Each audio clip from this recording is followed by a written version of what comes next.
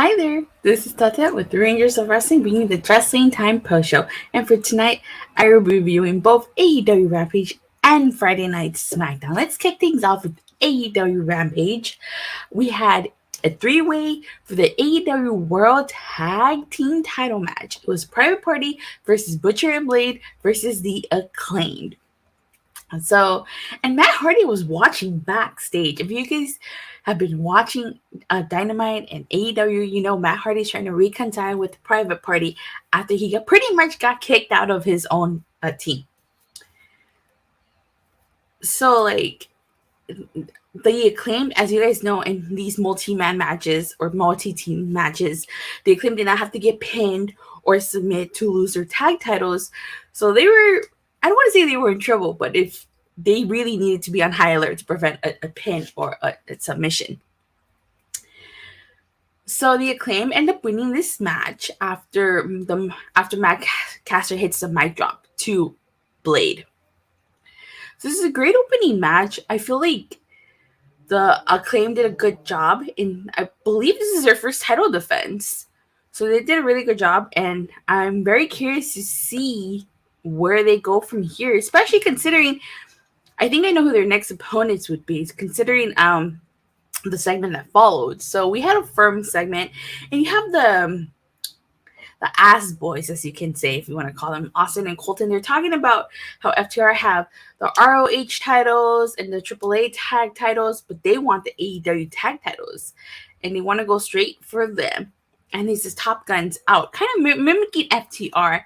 So it would make a lot of sense for the Acclaim to feud with the Ass Boys for those tag titles. After all, the Acclaimed stole their dad, if you want me to say.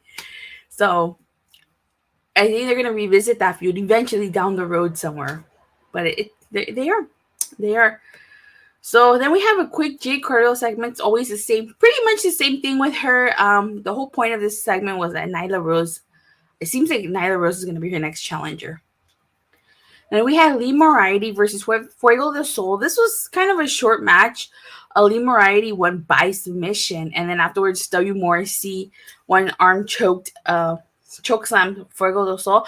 I really don't like the fact that they're using W. Morrissey as muscle. As you guys know, if you guys have been watching my reviews, you know that I talked about how W. Morrissey was used in Impact.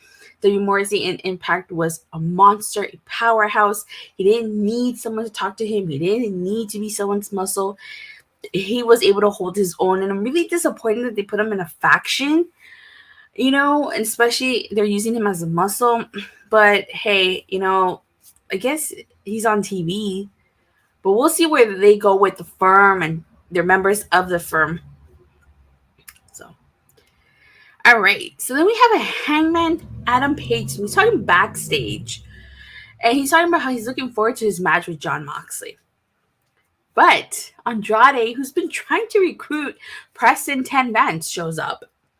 And Andrade shows footage of Hangman eliminating Preston 10 Vance from the match, from the Golden Ticket Battle Royal. So the interesting part of this is that Andrade wants Preston's max. And so Preston 10 Vance accepts a match against Andrade. He puts his mask on the line. Only if Andrade puts his career on the line. So if Andrade wins, he gets Preston's mask. If Preston 10 Vance wins, Andrade has to leave AEW. Kind of makes things interesting, don't you think? I mean, I know there were rumors that I think people asked for the release. It'd be interesting to see if Andrade loses. I mean, I just don't think that they would make this type of stipulation if Andrade wasn't leaving, because unless they want us to think that Andrade is going to lose and then really Preston loses and has to give his mask. I don't know. I mean, it's really interesting. What do you guys think? Do you guys think Andrade is going to leave AEW? It just seems kind of odd that they're making this type of stipulation. I mean, they could have done a mask versus anything else, mask versus hair or something like that. Yet they chose to have Andrade put his career on the line. Interesting. So then the firm shows up and they start talking about how I think Ethan Page was the one who brings up that he better check with Private Party because Matt Hardy's doing some contract type tampering with them. And it's interesting that he brings that up because it's been reported as that there was some contract tampering in AEW. So I think that's a little spot to that. But overall, this segment was pretty interesting. That stipulation, the men then mentioning contract tampering. Okay, I see what you're doing. So we have Jamie Hayter versus Willow Nightingale. This is a good match. I like how Willow just like she just scares Britt. Like she just like yells at her and Britt just runs away. I'm not surprised Jamie Hayter won, even because Britt got involved in this. So I don't know where they're gonna go. It seems like they kind of just stopped the feud between Jamie and Britt. I really wanted to see that. You definitely want Solo Sikoa to become NWA Intercontinental Champion, just like how he won NXT North American Champion. Yeah, definitely. I see him becoming that. I'll talk about that when I get to the SmackDown side of things. So then we have like Ryan Nesmith coming out talking about how Rocky is real. The whole point of this was just to have Hook do the red rum on him. And they have the Trustbusters with hand Hook and envelope with his name on it. So I have to say, like, this segment really didn't do much for me because, first of all, it's like I feel like they don't know what to do with Hook. I mean, he debuted on his own. He was with Danhausen. They had Hook Housing, which I thought was a really great tag team. And then he teamed up with Action Bronson.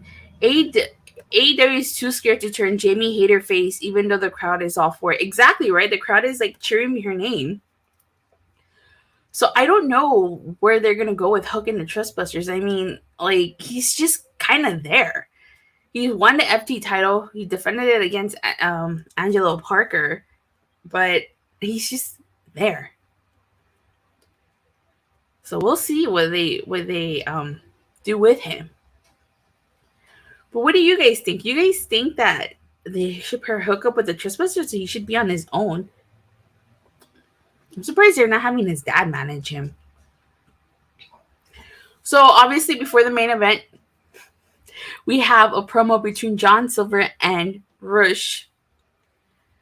And Andrade's pretty much saying that they're winners and they're gonna show that Dark Order doesn't deserve Ten's talent. So this of course leads into the main event, Rush versus John Silver. Interesting thing that I noticed, I don't know if anybody caught it, but you guys remember way back when AEW first started and Dark Order first came together, they had these whole join Dark Order. They had like these join Dark Order stuff going on, and like Dark Order's Titantron had the little, you know, when you guys like, how can I describe this? Like when you put up a flyer, if you're looking for a job or a roommate, you put like a flyer with it, like a number. It said like join Dark Order. And so I really like that they bought that back. And they had like the whole Dark Order order like logo and stuff. And it was really, really interesting. I'm not sure if anybody caught that. Two of my favorite spots in this match is when Rush mocks Silver and then John Silver mocks Rush. Rampage was just meh. Nothing special happened tonight outside of the first match for the AEW World Tag Team titles. Yeah. So at some point, Silver catches Rush midair. Rush catches John Silver midair with a powerbomb. There's back and forth chest chops between both men. John Silver hits a brainbuster to Rush. Jose, the assistant, tries to get involved, but Alex Reynolds stops him. Unfortunately, it wasn't enough. Rush with the big boot and then the bullhorn support John Silver and Rush. El Toro Blanco Rush wins this. And then, of course, there's a post-match assault on Reynolds and Silver. Ten and Evil Uno come out to their aid. Butcher and Blade then come out. And then Hangman comes out. He goes at it with Rush. And he hits a buckshot lariat to Jose, the assistant. So it seems like there was a lot of stuff going on there. And, you know, you have Hangman, who has his upcoming match with Jon Moxley October 18th on a special Tuesday edition of Dynamite. Yeah, this could potentially be one of Andrade's last appearances on AEW. You know, like I said, the Mask versus the Career. I don't know where we're going to go with that. But overall, that kind of concludes the Rampage review. Rampage was okay. It wasn't as strong as Dynamite, I will say that. So I'm going to give Rampage I would say probably out of 10. Let me see. They used all of their epicness saved for Rampage last week when Great Muta appeared and saved Sting. That knee from Rush to Silver was sick. Yeah, 4 out of 10 for Rampage. Wow, that low, eh? Yeah, this episode was okay. It's not as strong as it usually is. I mean, maybe if you would have switched things around a little bit, it would have been stronger. I'm going to go ahead and give this a 6 out of 10. It was an okay Rampage. But now let's move on to everyone's favorite Friday night show, Friday Night Smackdown. I'm kidding, by the way. Kidding. So Smackdown kicked off with Madcap Moss and Ricochet versus Sami Zayn and Solo Sikoa. Oh my god, Solo Sikoa tried to bring in a chair, but Ricochet stopped him. That jackhammer suplex to Sami Zayn by Madcap Moss? Wow. Ricochet went flying into a chair at one point. They used that Epinex for Rampage last week and still was long in being there and tiring, I bet. And so Solo Sikoa is the one who pins Madcap, and he wins by using a spinning solo. And so Solo Sikoa and Sami Zayn win. I have to say, I'm not surprised that they won. They have to win. I don't think there's any option to lose here, especially for Sami Zayn. So then it goes backstage and stuff. And let me see. It goes backstage and stuff. And he's walking to the locker room with Solo Sikoa. And he's telling him, that's how you do it, Oos. And then Jay comes out of the locker room and he comes to check on his little brother. That chair shot to Ricochet from Sikoa was pretty crazy. Yeah, it was. And pretty much Jay allows Sikoa, his little brother, to go inside. And then he confronts Sami Zayn, saying that he sees right through him. And he's got everyone fooled. But if he puts his family in jeopardy, he's pretty much out. And then he tells Sami Zayn telling Jey Uso that he has to take it up with Roman and he would like to go inside of their locker room. Oh my god. This whole bloodline storyline with Sami Zayn is hilarious and intriguing. Sami Zayn plays his role very well. Very well, I have to say. Then we get an Austin Theory segment. He's basically talking about how he's learned his lesson, that, Lesnar and Tyson Fury ruined his cash-ins. He talks about how Wells is a pathetic version of Europe, kind of like Winnipeg. He starts talking about how Drew McIntyre embarrasses himself, and then pretty much Drew McIntyre sneaks up on him, and then we're gonna get a match. This actually leads into the match. It's Austin Theory versus Drew McIntyre. Austin Theory doesn't come alone. He comes out with Alpha Academy. And this wasn't a bad match, but Otis causing a DQ after he sends McIntyre crashing into steel steps. So, and it becomes a 301 assault on McIntyre. So this is the first time in a long while since Triple H took over that we had a match and a DQ. I don't remember when was the last DQ finish that we had since Triple H took over, but Theory is your Money in the Bank briefcase holder. Yeah, he's booked like a loser. See, that's not Triple H's fault. Vince was just handing all this stuff to Theory. Triple H wants to make Theory earn it. So that's a difference. Unfortunately, he is the Money in the Bank holder. I don't think they can change that unless Triple H wants to. So then we get a quick Shotzi segment. Oh, she says that Bayley showed her true colors and that she sticks her nose in boots wherever she wants and that she's pretty much going to roll into the ring and start all over today. And somewhere we have a Karrion Kross segment. He's basically talking about how once he's done with Drew McIntyre, he's going to move on to challenge for the undisputed WWE Universal Championship. So we have Los Lotharios versus Hit Row, which really didn't do much for me, honestly.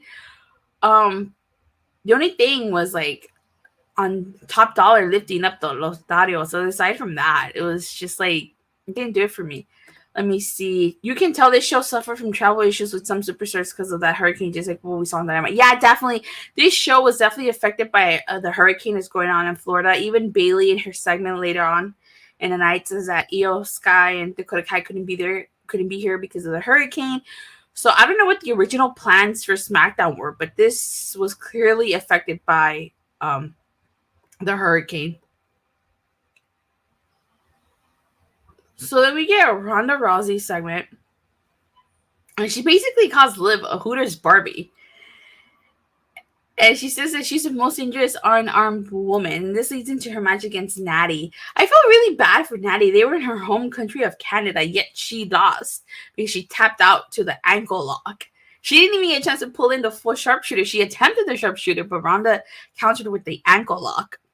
Then, at the end, Liv Morgan comes out with the bat, and they pretty much play tug-of-war with that bat. Ronda sends Liv into a timekeeper's area, then Liv gets back up and goes after Ronda, and security has to come out and rip them apart. I don't know. They really have to do something about Liv, and it's ever since she won the title, they've been portraying her as an underdog babyface champion, which isn't really doing her any favors. So she either beats Ronda and they change her booking, or she drops that belt to Ronda because her reign has not been memorable at all. Almost fell asleep during that match. Well, yeah, because for you guys, it's almost 9 p.m., I think? So, throughout SmackDown, before I get to the next segment, throughout SmackDown, there's the maximum male models. They're trying to break the world record for longest pose. And, we've been getting LA Knight teases. And so Max Dupree comes in, and I think he hits Mansois, and he's pretty much says that he's done with this. And he's not dressed like Max Dupree. He's dressed like he would be if he was LA Knight. So I think that to me kind of tells me that he's pretty much done with Maximum Models, and Max Dupree is done for it. And it's going to be LA Knight going forward. So too much Maximum Male Models on the show. Terrible. So Kevin Owens, Johnny Gargano, and Drew McIntyre are backstage. So they say that they don't always see eye to eye, but agree that Theory needs to get his ass kicked.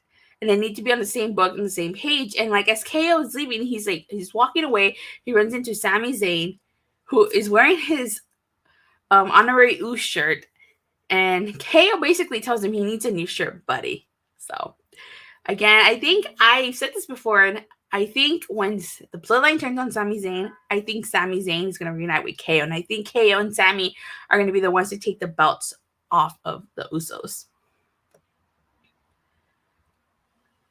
Okay, so Imperium comes out, and they're basically talking about how they're going to break Sheamus, because you guys know on October 10th, it's going to be Gunther versus Sheamus for the Intercontinental title. That should be a good match. I mean, their match at Clash at Castle was amazing. So basically, Sheamus comes out. Again, this segment was affected by the hurricane, as Sheamus tells that Ridge Holland and Butch are stuck in Florida. Gunther, since they basically beat down Sheamus on this, and then, as they're walking away, Sheamus says, "Is that all you got, Gunther?" And then they come back and beat down Sheamus again. Gunther with the shillelagh to Sheamus. So I'm really liking the whole feud with Brawling Brutes and Imperium. So you get a quick backstage segment with Bayley. Again, she says that Dakota Kai and Io Sky weren't there because they got stuck in Florida. And she says that Shotzi likes to run her mouth like she pinned Bianca. And all they had for Nakamura tonight was posing with Maximum Male Models. Ugh. Yeah, I mean, Nakamura deserves better. We have Bayley versus Shotzi Blackheart. Shotzi getting her tank back. Now, it's only a matter of time before she gets her last name back. This match was okay. Didn't do it for me. Bayley is victorious. She tries to pretty much destroy Shotzi with the ladder at the end. But until Bianca comes to her aid. And so the main event ended up being a 6-man tag team match. Player holla, because during the Drew McIntyre stuff, Johnny Gargano and Kevin Owens came out to the save to kind of even up the odds. So it's Kevin Owens, Drew McIntyre, and Johnny Gargano versus Alpha Academy and Austin Theory. So this is actually not a bad match. You see, I love seeing Shotzi come out with a tank again. Glad they gave it back to her. It fits her image, definitely. Why Vince McMahon ever took it away is beyond me. So one of my favorite spots in this match was Johnny Gargano and Kevin Owens give individual super kicks to Otis, and then they give him a double super kick, which I actually really liked. I like one other thing that happened during this match is that they isolated Johnny Gargano from his partners at one point, and I also really liked Kevin Owens doing the stunner on the table to Chad Gable, and then of course Claymore kick to Austin Theory by Drew McIntyre. And so Kevin Owens, Johnny Gargano, and Drew McIntyre end up being victorious. And then at the end, SmackDown ends with Drew McIntyre taking out the strap. So sending a message to Karrion Kross. But overall, I thought it wasn't too bad of a show. I would have said I don't like the Maximum Male Model segments, even though we got a little too many of them. It was necessary to make that transition to LA Knight. 7 out of 10 for SmackDown. I think Andrade is going back to WWE. That just proves United on Rampage. Maybe, who knows? Like I said, it's kind of weird that they did that stipulation if Andrade wasn't leaving.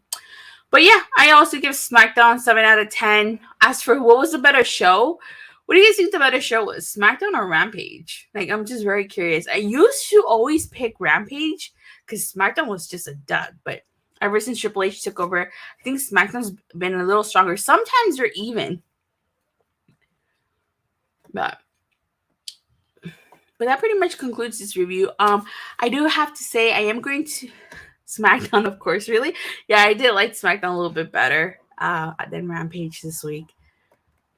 But with all that being said, that concludes both this review. Thank you guys all so much for watching. So I am going to, I don't know if you guys know, but you guys know I do like Power Rangers. Hence why I have the Dino Megazord right here next to me. So there is some major news dropped at the Hasbro panel today during the Power Rangers segment. So make sure you keep an eye out. I'm going to do a video on the news that dropped today. So keep an eye out for that. But thank you guys all so much for watching and for the continued support. Please don't forget to like and subscribe. Make sure you hit that bell so you get notified whenever I go live or release a new video. And I'll see you guys on Monday for Monday Night Raw. After Monday Night Raw, I mean. Bye.